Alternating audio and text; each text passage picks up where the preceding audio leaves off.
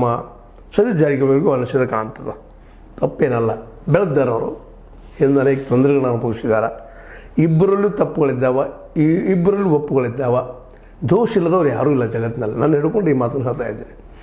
ದೋಷ ಇರೋದನ್ನು, ದೋಷ ಇಲ್ಲದಂಥವ್ರು ಯಾರೂ ಇಲ್ಲ. ಇವನ್ ಗಾಂಧೀಜಿಯವ್ರ ಮೇಲೆ ದೋಷ ಹುಡುಕಾಡುವಂಥ ನಮ್ಮ RSSಗರು ಇದ್ದಾರೆ. ಒಬ್ಬ ಗಾಂಧಿ ಅನ್ನುವಂಥ ಮಹೋನ್ನತ ವ್ಯಕ್ತಿತ್ವಕ್ಕೆ ಸಹಿತ ನಾವು ಇವತ್ತು ಟೀಕಾ ಮಾಡ್ತಾ ಇರ್ತೀವಿ. ಅದೇ ಒಂದು ಬದಿಗೆ ಇಟ್ಟುಕೊಂಡ ಇವತ್ತು ಇವರಿಬ್ಬರ ಮಧ್ಯದಲ್ಲಿ ಕಾಂಪಿಟೇಷನ್ 2028ರಲ್ಲಿ ಸಪೋಸ್ ಕಾಂಗ್ರೆಸ್ ಬಂದ್ರೆ ಯಾರು ಮುಖ್ಯಮಂತ್ರಿ ಆಗ್ಬೋದು. ಇಬ್ಬರು ತಮ್ಮ ತಮ್ಮ ಲಿಮಿಟೇಷನ್ದಲ್ಲೇ ಪ್ರಯತ್ನ ಜೋರ್ದಾರ ನಡೆಸಿದ್ದಾರೆ. DK ಅವರಿಂದ ಒಂದು ಏನಪ್ಪ ಅಂದ್ರೆ ಪ್ರಬಲ ಸಮುದಾಯ ಕರ್ನಾಟಕದ್ದು ಒಕ್ಕಲಿಗ ಸಮುದಾಯ ಇದೆ. ಅಲ್ಲಿ ಕಾಂಪಿಟೇಷನ್ ಇರ್ಬೋದು HDK ಅವ್ರ ಜೊತೆಗೆ ಇನ್ನುಳಿದವ್ರಗಡೆ.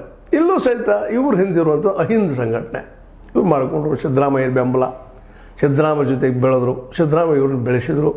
ಸಿದ್ದರಾಮಯ್ಯ ಇವರಿಗೆ ಆರ್ಥಿಕ ತೊಂದರೆ ಇತ್ತು, ಆ ಸಹಾಯ ಇವ್ರು ಮಾಡ್ಕೊಂಡು ಬಂದು ಒಬ್ರಿಗೊಬ್ಬರು ಸಹಕಾರ ಮಾಡ್ಕೊಂಡು ಇವತ್ತು ರಾಜ್ಯ ಮಟ್ಟದಲ್ಲಿ ಬೆಳೆದು ನಿಂತಿದ್ದಾರೆ. ಸತೀಶರ ಒಂದಿಷ್ಟು ಅವರಲ್ಲಿ ಇರುತ್ತಿರೋಂಥ ಬುದ್ಧಿವಂತಿಕೆ, ಜೊತೆಗೆ ಸಂಯಮ, ಜೊತೆಗೆ ಮುಂದಾಲೋಚನೆ ಇಟ್ಕೊಂಡು ಸಾಧ್ಯಷ್ಟು ಕಡಿಮೆ ಮಾತಾಡಿ ಅಷ್ಟು ಸ್ಪಷ್ಟವಾಗಿ ಹೇಳುವಂಥ ಸ್ವಭಾವ.